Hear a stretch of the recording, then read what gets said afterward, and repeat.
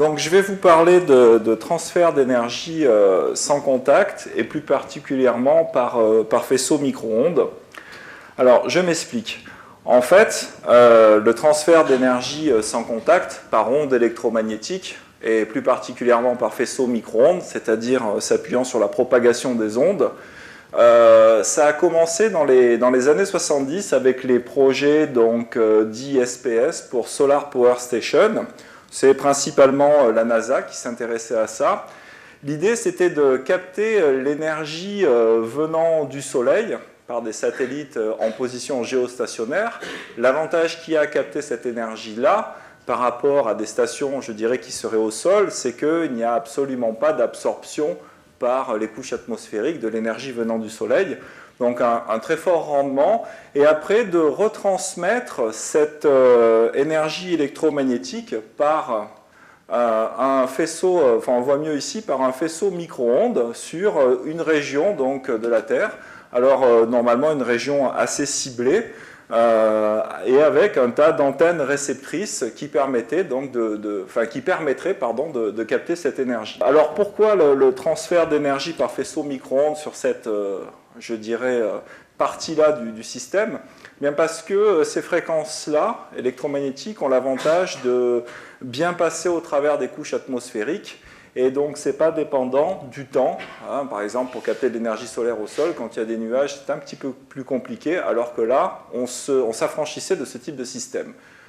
Alors, on était sur du transfert massif d'énergie et sur des grandes distances. On visait plusieurs gigawatts. Alors, il n'y a pas eu de démonstrateur vraiment mis en œuvre. Il y a eu des prototypes de transmission d'énergie de forte puissance, mais de point à point au sol, sur plusieurs kilomètres. Alors, ceci dit, dans la littérature, on voit de nouveau poindre ce type de système avec la raréfaction donc, des énergies fossiles, et il n'est pas tout à fait exclu de revoir ce type de technologie ressurgir dans les décennies à venir. Ça fera peut-être partie de projets sur lesquels vous, ingénieurs de demain, vous travaillerez. Alors quand nous avons commencé à nous intéresser à ce type de système, nous on s'est intéressé à des distances beaucoup plus courtes, quelques mètres à quelques centimètres on va dire, et pour alimenter des petits dispositifs, des très petites puissances, du very low power, pour des capteurs qu'on peut qualifier d'abandonnés, c'est-à-dire où il n'y a pas de fil pour aller les alimenter, ils peuvent être coulés dans du béton à des endroits inaccessibles, pour de la RFID, la Radio Frequency Identification, etc., etc. Donc les distances visées sont courtes, et on s'est donné la contrainte de respecter les champs électromagnétiques pour l'exposition humaine, c'est-à-dire de ne pas envoyer des puissances telles que ça pourrait être dangereux pour les champs qui traversent éventuellement le faisceau micro-ondes. Alors, quel est l'avantage des micro-ondes par rapport aux techniques classiques que vous avez déjà certainement vues mises en œuvre, d'induction, avec deux bobines en regard l'une de l'autre? On voit ces applications poindre en RFID, les kits main libre que vous avez maintenant dans les stations de ski pour plus sortir son badge, on passe à côté de grandes antennes, et puis ça nous ouvre le portillon. Donc ça, c'est sur du magnétique. Alors quel est l'avantage de travailler en micro-ondes, c'est-à-dire plus haut en fréquence, en s'appuyant plutôt sur le champ électrique et sur la propagation des ondes? On a la possibilité de miniaturiser. On a la possibilité d'utiliser ces systèmes-là sur des distances bien supérieures, puisqu'il y a propagation d'ondes, à ce qu'on peut voir en magnétique. On peut faire des antennes directionnelles de taille réduite et mélanger du signal et de l'énergie. Je vous en montrerai un exemple tout à l'heure. Les difficultés, évidemment, il y en a. Le principal verrou, c'est la conversion micro-ondes DC via un redresseur, mais qui doit fonctionner à ces fréquences-là. On utilise beaucoup de redresseurs en électronique de puissance, mais c'est aux fréquences industrielles, en gros à 50 Hz. Là, on va fonctionner à 2450 MHz. Les niveaux de champ admissibles, alors ça c'est issu de la littérature. Pour les travailleurs, on a droit à un taux d'exposition de 137 volts par mètre, ce qui correspond à une densité de puissance de 25 watts par mètre carré, et d'une trentaine de volts par mètre pour la population, qui correspond à 1 watt par mètre carré. Donc le rendement de conversion micro-ondes DC est quelque chose de tout à fait fondamental. Alors le système que je vous présente, le voici. Donc on va le faire fonctionner. pas longtemps parce que c'est dangereux. Donc on a la source micro-ondes, hein, c'est ce système-là. On va quand même envoyer quelques watts, l'onde va se propager jusqu'à ce système ici, qui est composé en fait de ce qu'on appelle une recténa. Recténa, c'est l'association d'antenne et redresseur. Antenna et rectifier en anglais, et la compression fait recténa. La recténa, c'est ce petit système ici que vous voyez, donc c'est constitué d'une ce qu'on appelle une antenne patch, et le redresseur, c'est des petits composants CMS derrière. Enfin, que je vous les montre d'ici, vous n'y verrez rien, c'est des composants qui sont millimétriques.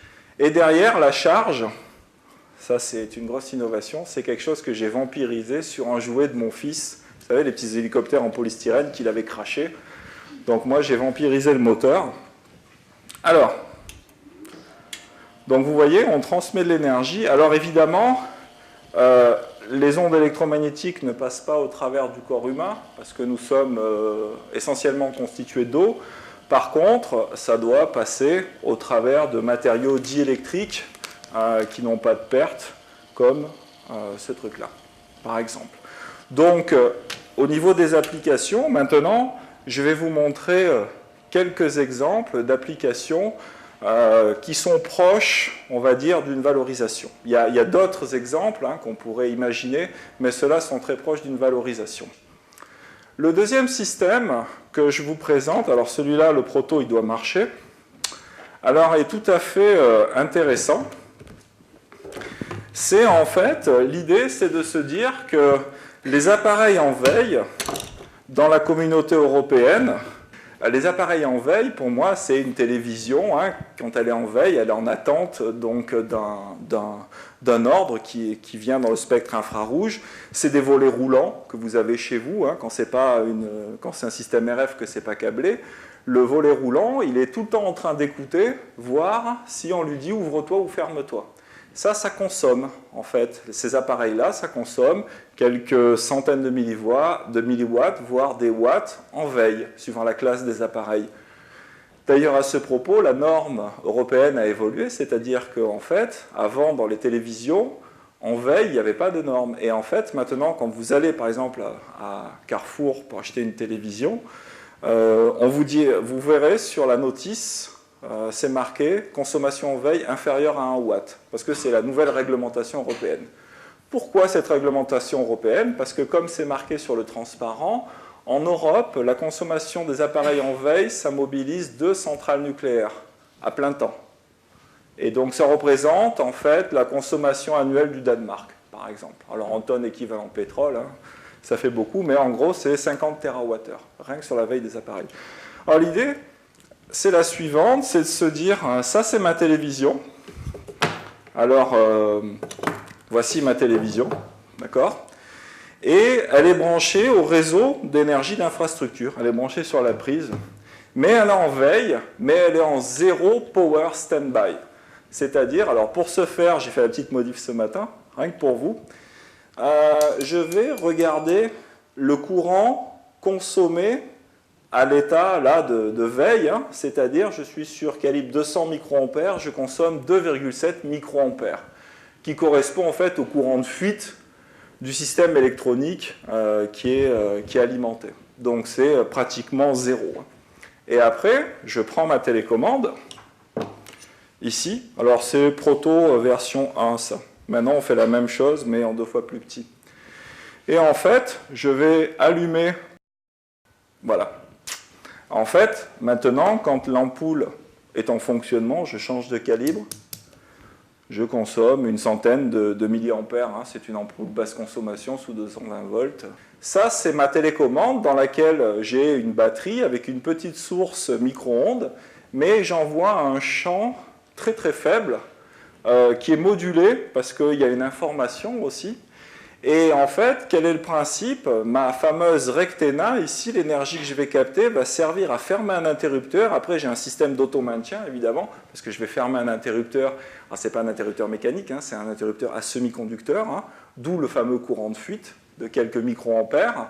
Je vais fermer l'interrupteur avec un système d'auto-maintien. Alors, ce qui n'est pas représenté ici, c'est qu'on regarde quand même que la trame d'information envoyée, ce soit la bonne. Parce que comme ça marche aux fréquences Wi-Fi, il ne faudrait pas que le truc s'allume parce que vous passez à côté d'une borne Wi-Fi. Ça ferait désordre. Donc ce système de zéro power standby, il est en voie de valorisation sur un dispositif assez étonnant, et je conclurai là-dessus. Ça se passe pour les personnes malvoyantes, en fait. Pour les personnes malvoyantes, quand une personne malvoyante arrive dans une mairie ou dans, dans un bâtiment collectif, le problème qu'il y a, c'est de l'amener à trouver les plaques sur lesquelles sont marqués les renseignements en braille. Donc ce qu'on fait normalement, c'est qu'on prend les personnes, on les amène, puis après, bon, ils arrivent à se débrouiller. Alors l'idée de la société qui nous a contactés pour, entre guillemets, acheter cette technologie, c'est de dire que on aurait pu faire un système radiofréquence, hein, c'est-à-dire qu'on mettait ces plaques en braille avec derrière un système qui écoute tout le temps. On met un badge sur la personne malvoyante, elle arrive, et quand les deux sont en approche, ils se détectent, et puis la plaquette se signale, évidemment de façon audio, hein, puisque c'est pour des malvoyants. Et voilà. Alors le problème qu'il y a, c'est que si on faisait ça, on n'était pas en zéro stand-by. On n'était pas en zéro power stand-by, c'est-à-dire que la plaquette, en permanence, elle allait consommer de l'énergie pour écouter, voir s'il y a un aveugle qui venait. Le problème qu'il y a dans ce dispositif-là, c'est qu'il y a 3 malvoyants qui vont venir dans l'année. Soit vous allez consommer je ne sais pas combien de watts. Déjà, les plaques, comme on les rajoute, impossible de les relier au réseau d'infrastructure, sinon il faut faire des saignées dans toutes les mairies de France et de Navarre, et ça ne va pas le faire dans les murs. Soit vous mettez des piles, et vous allez changer 15 fois le jeu de piles par an pour 3 aveugles qui vont venir dans l'année. Donc l'idée, c'était d'utiliser cette techno pour faire du zéro power standby, c'est-à-dire que la plaquette, c'est comme mon truc, au lieu d'être connectée au réseau d'infrastructure, elle a sa batterie, et elle est en train d'attendre qu'il y ait un aveugle qui arrive. Sur le malvoyant, on met un badge ici, qui émet de temps en temps un petit pulse, comme ça, avec la modulation qui va bien, et quand il s'approche du badge, enfin de la plaquette qui est au mur, ça réveille la plaquette, ils discutent, et après la plaquette se signale. Donc du coup, vous utilisez des piles qu'au moment où il y a vraiment une personne qui se présente. Alors je ne vous ai pas amené le proto, là. Le seul verrou qu'il y avait, c'était de faire une antenne avec 180 degrés de captation, puisque quel que soit l'angle d'incidence de la personne malvoyante, il faut bien que la plaquette se réveille, en fait.